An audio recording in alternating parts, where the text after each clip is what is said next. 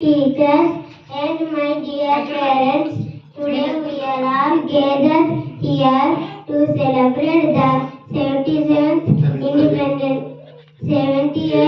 Independence Day with pride and dignity. On this occasion, it is our duty to remember our freedom fighters and offer tribute to them.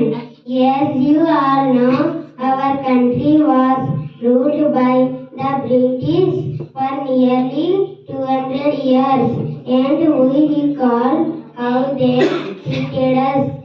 Many freedom fighters, including Gandhi, Nehru, Patel, Tilak, Sarojini Naidu, Rani Lakshmibai, and our Manyam Veerudu, Alluri Sitaramraju, fought for country's freedom.